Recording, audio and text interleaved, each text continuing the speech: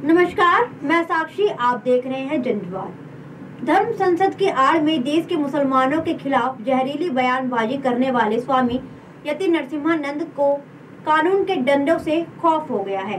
धर्म संसद का आयोजन करने से उन्होंने तौबा कर ली है। स्वामी का कहना है कि उनके अथक प्रयास के बाद भी हिंदू समाज से चेतना नहीं जागृत हो रही है, इसलिए वह अब अपने इस सार्वजनिक अभियान को विराम देकर अपना शेष जीवन हरि भजन में ही गुजारेंगे। बता दें कि उत्तर प्रदेश शिया वक्फ बोर्ड के पूर्व अध्यक्ष जितेंद्र नारायण त्यागी उर्फ वसीम रिजवी को सुप्रीम कोर्ट से अंतरिम जमानत मिलने पर हरिद्वार जिला कारागार रोशनाबाद से रिहाई होने के मौके पर जितेंद्र त्यागी से मिलने आए स्वामी ने यह ऐलान किया है। हालांकि स्वामी के आने से पहले ही जितेंद्र त्यागी जेल से छूटने के बाद अज्ञात स्थान पर जा चुके थे। जेल के बाहर जूना अखाड़े के महामंडलेश्वर स्वामी यति नरसिम्हानंद गिरी महाराज ने धर्म संसद से तौबा करते हुए कहा कि अब वह अपना सार्वजनिक जीवन सक्रिय न रहकर शेष जीवन अपने धर्म और अध्यात्म की सेवा में गुजारेंगे। स्वामी यति नरसिम्हानंद ने कहा है कि वर्ष 2012 में उन्होंने उत्तर प्रदेश के देवबंद से धर्म संसद का सिलसिला शुरू किया था, जो आज पूरी तरह से समाप्त हो चुका है। साथ ही उन्होंने कहा है कि सार्वजनिक जीवन में उन्होंने समाज में चेतना लाने की कोशिश की थी, लेकिन अपने और अपने शिष्यों की दुर्गति देखने के बाद वह बेहद दुखी हैं। इसलिए सामाजिक जीवन को छोड़कर वह अब पूरी तरह से धार्मिक जीवन बिताएंगे।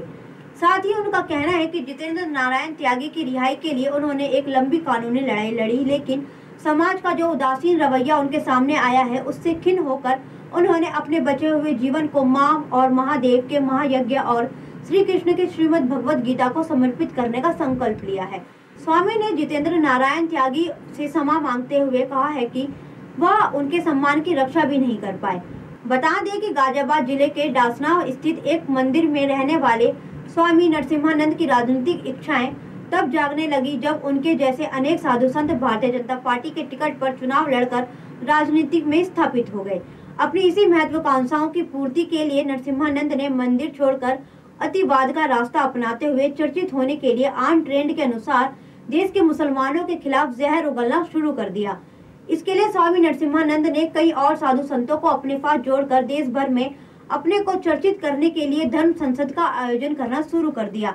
लेकिन भारतीय जनता पार्टी में पहले से ही ऐसे साधु संतों की लंबी कतारें लगी हुई हैं, जिस कारण स्वामी को भाजपा में कोई महत्व नहीं मिला। उल्टे स्वामी भाजपा शासित प्रदेशों में इन धर्म संसद का आयोजन करते हुए लगातार सरकार की बदनामी का सबब बन गए। हरिद्वार में भी नरसिम्हानंद द्वारा आयोजित धर्म संसद में हिंदू रक्षा सेना के अध्यक्ष स्वामी प्रमोदानंद गिरी और स्वामी आनंद स्वरूप साध्वी अन्नपूर्णा शामिल हुए थे। तब सोशल मीडिया पर वायरल वीडियो में साधु संत कहते हुए दिख रहे थे कि धर्म की रक्षा के लिए वह शस्त्र भी उठाएंगे, अब मुस्लिम पीएम नहीं बनने देंगे, साथ ही मुस्लिम आबादी को भी नहीं बढ़ने देंगे। धर्म की रक्षा के नाम पर साधुओं का यह विवादित बयान सोशल मीडिया पर तेजी से वायरल हुआ। वहीं साध्वी अन्नपूर्णा भी कॉपी किताब रखकर हाथ में शस्त्र उठाने का बयान देती हुई दिखाई दी। इसके साथ ही दिल्ली के बुराड़ी और हिमाचल प्रदेश में भी धर्म संसद का आयोजन किया गया और मुस्लिमों के खिलाफ भड़काऊ भाषण दिए गए। गौरतलब है कि हरिद्वार के साथ ही दिल्ली, हिमाचल प्रदेश सहित कई राज्यों में धर्म संसद का आयोजन किया गया था। देश भर में चर्चाओं के बाद सुप्रीम कोर्ट ने इस मामले को गंभीरता से लेते हुए सख्ती दिखाई थी, तब जाकर पुलिस ने कार्रवाई की।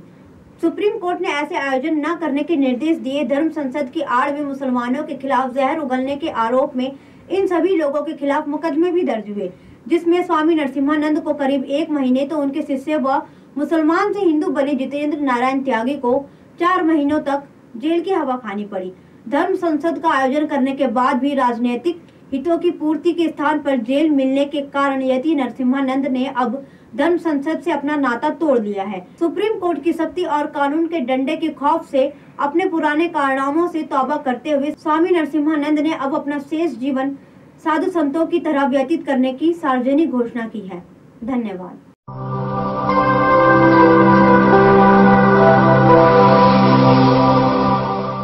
जनज्वार जनता की